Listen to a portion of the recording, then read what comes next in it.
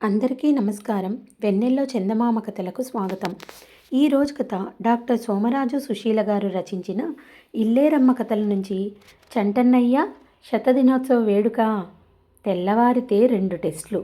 ఇప్పటి వరకు కొంచెం కూడా చదవడం కుదరలేదు. మళ్ళీ రేపే నోట్బుక్స్ అన్నీ నీట్గా ఉన్నాయో లేదో చెకింగుట. నా పుస్తకాలు ఎలా ఉంటాయో మా క్లాస్ టీచర్కి బాగా తెలుసు. అందరికన్నా ముందు నావే చూస్తుంది. ఎలారా దేవుడా అని ఆలోచిస్తుంటే చిన్నారి గుర్తొచ్చింది. దాంతో మంచిగా ఉండాలే గాని ఎంత పనైనా చేసేస్తుంది. మా అమ్మవిగా, మా తల్లివిగా అని అడగాలి. అదైతే ఎవరిని ఏది అడగదు. దానికి ఎవ్వరి సాయము అవసరమే పడదు. నాకైతే ఎవరి సాయమన్నా అడగడానికి బాధే లేదు. ఎవరి పనన్నా చేసి పెట్టడానికి బాధే లేదు. అమ్మ అంటుంది, నువ్వన్నీ నేలకి పోయేవి నెత్తికి పాముకుంటావు కాబట్టి ఊరందరి సాయం కావాల్సి వస్తుంది. అందరికీ ఏమవసరం అని. చిన్నారి నా పుస్తకాలన్నీ చెక్ చేసి అట్టలు మారుస్తోంది. నేనేమో 2 పోయమ్స్ నేర్చుకుంటున్నా. ఇంతలోకి దిగబడ్డాడు చంటన్నయ్య. అదే ప్రభాకరం అన్నయ్య వాళ్ళ తమ్ముడు. చంటన్నయ్య అంటే మాకు ఇష్టమే కానీ ఎప్పుడూ కోపం తెప్పించే పనులే చేస్తాడు. సినిమా డబ్బాలుచ్చుకొని ఏదో ఓ పల్లెటూరు వెళ్ళిపోయి 2 నెలలుండి వస్తూ ఉంటాడు. అతని ఉద్యోగమే అదట్లే. ఓవేళ పిక్చర్ బాగా ఆడకపోతే 4 రోజులకే తిరిగొచ్చేస్తాడు. ఇంక వచ్చాడంటే అన్నీ సినిమా కబుర్లే. ఏ సినిమా ఎప్పుడొస్తుందో, ఏ హీరోయిన్ కొత్త కారు కొనుక్కుందో, ఏ షూటింగ్లో ఎవరెవరు దెబ్బలాడుకున్నారో అన్నీ కళ్ళతో చూసినట్టు చెప్తాడు. పైగా రైల్లో వస్తుంటే ఎస్వి రంగారావు పలకరించాడని ఇలా అన్నీ కోతలే. కానీ నాకు సినిమా కబుర్లంటే చచ్చే ఇష్టం. అన్నీ నిజాలే అనుకుని వినడం ఎందుకు? అబద్ధాలని తెలిసి సరదాకి వినకూడదా? తనొచ్చాడని తెలిస్తే నాన్న అమ్మని కేకలేస్తారు. వీడొస్తే పిల్లల చదువులు గుంటగట్టి గంట వాయించడమే. అందరూ తలో సినిమా డబ్బాతో తిరగాలి అని. ఏదోలే పాపం, పిల్లలతో ఆడుకోవడానికి వస్తాడని సగం సార్లు చంటన్నయ్య వచ్చినట్లు అమ్మ నాన్నకి చెప్పనే చెప్పదు. వాళ్ళ కంపెనీ సినిమాలు తడవకి 2-3 బెజవాడలో ఎప్పుడూ ఆడుతూ ఉంటాయిగా. ఇంక రేపో మాపో సినిమా మార్చేస్తారనగా హాలు ఖాళీ ఖాళీగా ఉంటుంది కదా. అప్పుడు మాకు ఫ్రీ పాసులు తెచ్చిస్తాడు వాళ్ళ మేనేజర్ని అడిగి. అలా లేకిగా ఫ్రీ పాసుల కోసం దేబరించడం తప్పని అమ్మ కోప్పడుతుంది కానీ అందులో లేఖితనం ఏమిటో నాకు అర్థమే కాదు. ఎలాగూ హాలు వాడికి సినిమా ఆడక తప్పదు కదా. ఖాళీ సీట్లలో మేము కూర్చుంటే సినిమా హాలు వాడికి వచ్చిన నష్టమేముంటుంది? మనం టికెట్ కొనలేదని ఎవరికన్నా ఎందుకు తెలుస్తుంది? ఏంటో అమ్మకన్నీ అర్థం పర్థం లేని ఆలోచనలు. నేను చిన్నారి చంటన్నయ్యని చూసి కూడా చూడనట్లు నటిస్తూ తలంచుకొని మా పనిలో మేము ఉన్నాం. అసలు ఎందుకు మాట్లాడాలిట? ఓ పక్క ఒళ్ళు మండిపోతుంటే, పిన్నేదే సుశీల అని అడిగాడు. వెళ్ళి వెతుక్కో. ఎందుకొచ్చావు అసలుకి అని అడిగా. పిన్ని నన్ను రమ్మందిట, సావిత్రొదిన చెప్పింది అన్నాడు. ఏవన్నా గారెలుండి మూత పెట్టి తినటానికి రమ్మందనుకున్నావా? వెళ్ళిపో, మాకు కనపడకు. నీతో మాట్లాడితే మహాపాపం అని ఇద్దరం ఒకేసారి కోపంగా అరిచాం. ఇందు బుజ్జి మీద పడి బాధడం మొదలెట్టారు.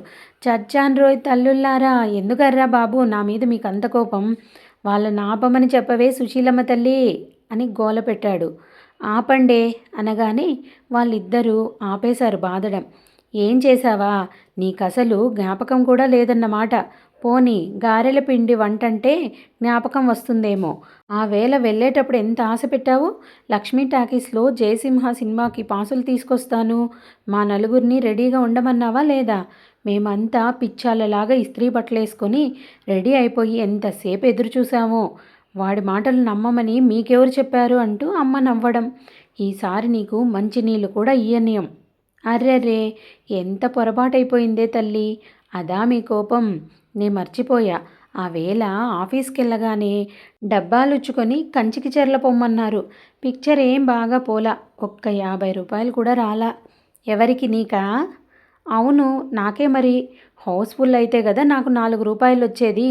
మధ్యలో కుర్చీలు వేయించడానికి పర్మిషన్ ఇచ్చి, అసలు హాలే నిండకపోతే పై డబ్బులేమొస్తాయి? మంచి పని అయింది. అసలు నీ మొహం చూస్తేనే తెలుస్తోంది పిక్చర్ ఆడలేదని. మమ్మల్ని మోసం చేస్తే మొహం తప్పిస్తే ఏమవుతుంది మరి? ఇంక తిట్టకండే తల్లి, సినిమాదేముంది, టికెట్ కొనుక్కొనైనా చూడవచ్చు. ఈ ఆదివారం శతదినోత్సవం చేస్తున్నారు. ఎంత దర్జాగా ఉంటుందో. శ్రీరంజన్ వస్తుంది, రామారావు వస్తాడు. నే అడిగా, అంజలిదేవి వస్తుందా? ఆవిడ రాకపోతే శతదినోత్సవం ఏమిటి? బోల్డ్ మంది పోలీసులు వస్తారు తెలుసా? వాళ్ళెందుకు మధ్యలో? శతదినోత్సవం చూద్దామని వచ్చిన వాళ్ళని తన్నెందుకు? చిన్నారి అందుకుంది ఎక్కిరిస్తూ. అలా నవ్వకండి. రేపు పాసులు తెచ్చాక మీరే మళ్ళీ నా వెంట పడతారు. ఇంతలోకి అమ్మ వచ్చింది. ఏరా చంటి, ఆ వేళ వీళ్ళు నా ప్రాణం తోడేశారు. ఓసారి చూసిన సినిమాయే కదర్రా అంటే విన్నారా? నీకు చేత కానప్పుడు వీళ్ళకి సినిమాని రేపెట్టడం ఎందుకు? ఏదో ఓటి వాగి వాగి నా ప్రాణం మీదకి తీస్తున్నావు. ఇంక ఊరుకోని ఇలా చేస్తే. ఏం చెయ్యను పిన్ని, హౌస్ఫుల్ నడుస్తోందని మేనేజరు పాసులు ఇవ్వనన్నాడు. ఇప్పుడు కూడా టికెట్లు దొరకట్లా. నీకెందుకు? కష్టపడైనా సరే శతదినోత్సవానికి తీసుకెళ్తాగా. సినిమాకు పాసు తేలేకపోయావు కానీ శతదినోత్సవానికి తీసుకెళ్తావా? అసలు నువ్వు మళ్ళీ కనిపించావంటే నలుగురం కలిసి చంపేస్తాం. ఎంతొట్టు పడితే అంతొట్టు. అందరినీ తీసుకెళ్లడం కుదరదు కానీ నువ్వు చిన్నారి రెడీగా ఉండండని చెత్త కబుర్లన్నీ చెప్పి అమ్మ చేత కమ్మగా 4 దోశలు వేయించుకొని తిని వెళ్ళిపోయాడు. ఇన్ని తిట్లు తిన్నాడు కదా, ఈసారి మాట నిలబెట్టుకుంటాడేమోలే అని నాకు కాస్త నమ్మకం కుదిరింది. మర్నాడు స్కూల్లో కూడా అందరికీ చెప్పేశాను, సోమవారం విశేషాలన్నీ చెప్తానని. శనివారం స్కూల్ నుంచి తిన్నగా ఇంటికి రాకుండా లక్ష్మీ టాకీస్ మీదుగా వచ్చాం. ఆ రోడ్డు మీద ఎంత జనమో, ఎన్ని జెండాలు రంగురంగులవి కడుతున్నారో. బోల్డ్ బోల్డ్ బొమ్మలు, ఎక్కడ చూసినా కత్తుచ్చుకొని ఎన్టీ రామారావు బొమ్మలే. ఇంటికొచ్చి చూస్తే అన్నయ్య రాలేదంది అమ్మ. అంటే ఈసారి కూడా ముంచేశాడని తెలిసిపోయిందిగా. ఇంకా నాకు ఎంత ఏడుపు వచ్చేసిందో చెప్పలేను. కానీ అమ్మ కంటపడ్డానంటే నవ్వుతుంది. ఈ బాధకి తోడు అదో బాధ. ఇంట్లో ఉండబుద్ధి కాక నెమ్మదిగా ఇల్లు గల వాళ్ళ ఇంట్లోకి వెళ్ళా.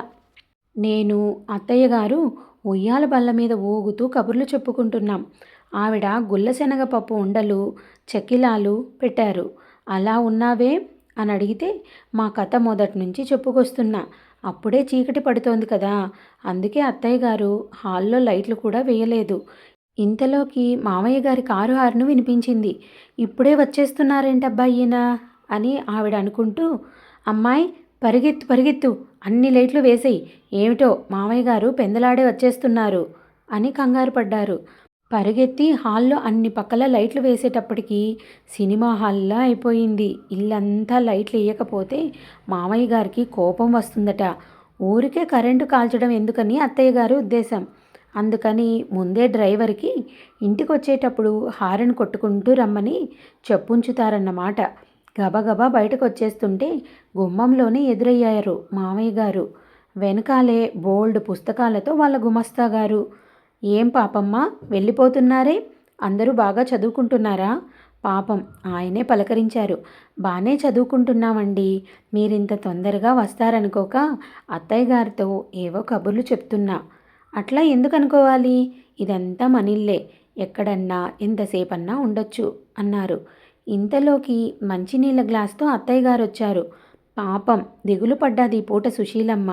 రేపు శతదినోత్సవం చూపిస్తానని ఆశ పెట్టాడట వీళ్ళ బంధువుల పిల్లకాయ ఒకడు. ఇంతవరకు రాకపోయేనని ఎదురు చూస్తూ ఉన్నది. ఏం సినిమా తల్లి? అదే లక్ష్మీ టాకీస్లో జయసింహ అని చెప్పా.